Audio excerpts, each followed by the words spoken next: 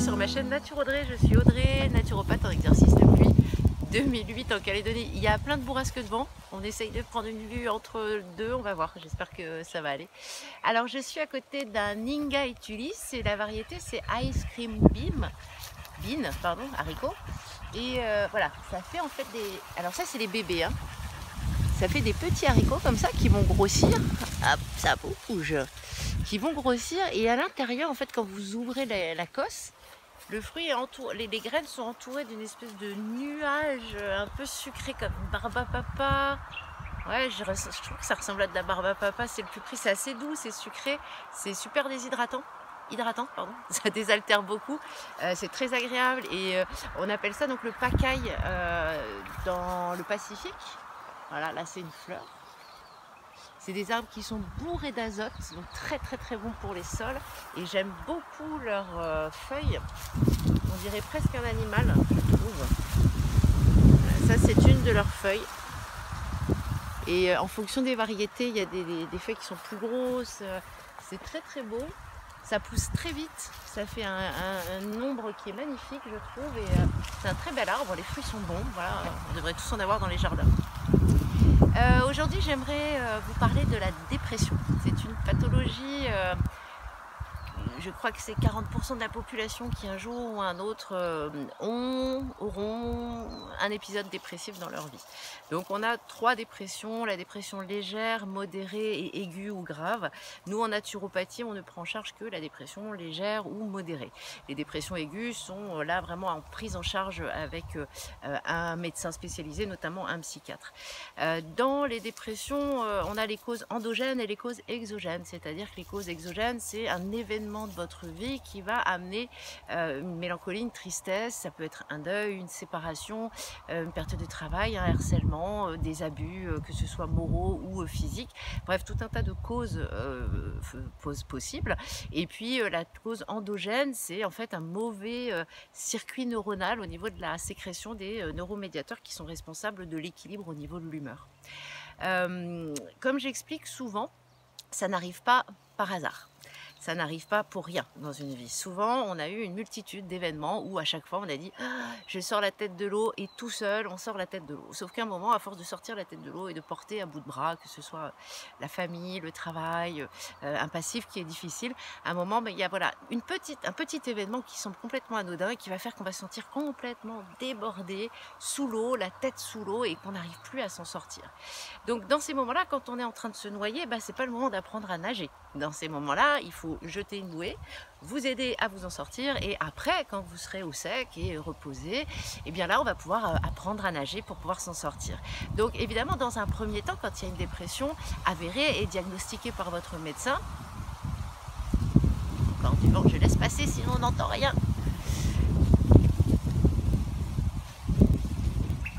Donc, quand vous avez une dépression qui est avérée ou diagnostiquée par votre médecin, la première réflexe à avoir, que ce soit les médecins ou les naturopathes, le médecin va vous prescrire des antidépresseurs qui vous seront ciblés. Il y a 3 familles d'antidépresseurs, ça vous voyez avec votre médecin pour la prescription. Et nous, en naturopathie, on va travailler sur l'anxiété, sur le sommeil, sur la sérotonine, sur la dopamine, on va jongler. Donc là, pareil, pas de recette miracle, hein, puisque chaque cas est individuel. Je vous explique juste le regard de la naturopathie. Et puis bien sûr, quand vous allez commencer à sortir un peu la tête de l'eau avec la phytothérapie, avec les huiles essentielles, avec l'aromathérapie, là c'est le moment après de prendre de la distance, de prendre du recul et de regarder, réfléchir. Sur pourquoi vous en êtes arrivé là et comment vous en sortir, quels sont les outils que vous allez pouvoir mettre en place. C'est des changements de paradigme, souvent les dépressions sont là pour nous alerter sur quelque chose ne va vraiment pas dans notre vie.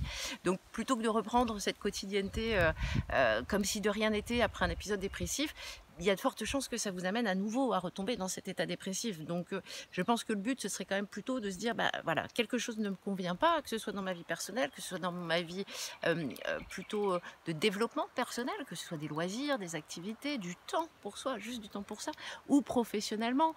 Voilà, il y a certainement quelque chose qui fait que le bas blesse. Ou bien sûr, comme je disais, après un deuil ou une séparation, c'est juste qu'il faut prendre le temps d'encaisser de l'espèce de tsunami émotionnel. C'est très compliqué parce que quand on a eu un jour une dépression ou un état dépressif, on se sent extrêmement fragilisable. Et ça, pour de nombreuses années. Il y a une perte d'estime, perte de confiance en soi. Donc c'est très important de faire ce travail de reconstruction thérapeutique avec un thérapeute formé et de bonne qualité en qui vous ayez confiance. Alors, quels sont les outils en dehors, bien sûr, du conseil en première intention, des aides au niveau des antidépresseurs et de l'accompagnement thérapeutique? C'est de prendre du temps pour vous, de prendre soin de vous.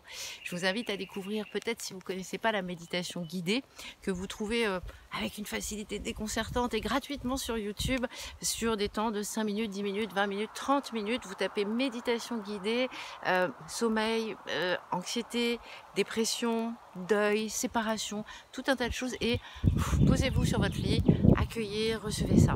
Essayez dans la mesure du possible de vous faire masser aussi.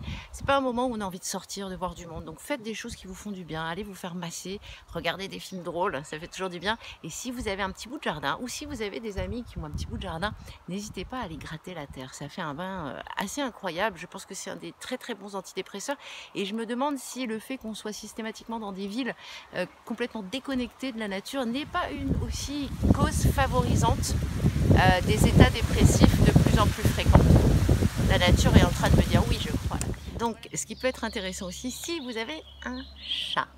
La ronron thérapie, est-ce que vous connaissez? Je vois mon chéri qui fait des yeux comme ça. Oui, le ronronnement des chats entre 24 et 38 Hz permet de calmer l'anxiété. Les personnes qui ont un chat ont 30% de chance en moins à faire des infarctus ou des accidents cardiovasculaires. C'est pas rien quand même. Donc si vous avez des animaux, des chiens, si vous avez la possibilité en campagne de vous connecter avec voilà, des chats, des chiens, des chevaux, juste aller faire une caresse à un cheval, c'est un truc qui est hyper rechargeant. Voilà ce que je voulais vous dire aujourd'hui sur la dépression. J'espère que ça vous a intéressé. N'hésitez pas à la partager si ça vous a convenu. Je fais un tout petit aparté sur la vidéo que j'ai faite précédemment sur l'arthrose. Comme j'en étais certaine, j'ai oublié quelque chose, et ce que j'ai oublié, c'est de vous dire qu'il y a la scrofulaire, qui est une plante qui est incroyable. Elle est aérominéralisante et anti-inflammatoire, donc super intéressant. Je vous remercie de m'avoir suivi jusqu'au bout. Si vous souhaitez vous abonner, vous appuyez sur le petit bouton je m'abonne, la petite cloche qui vous permet de recevoir les notifications.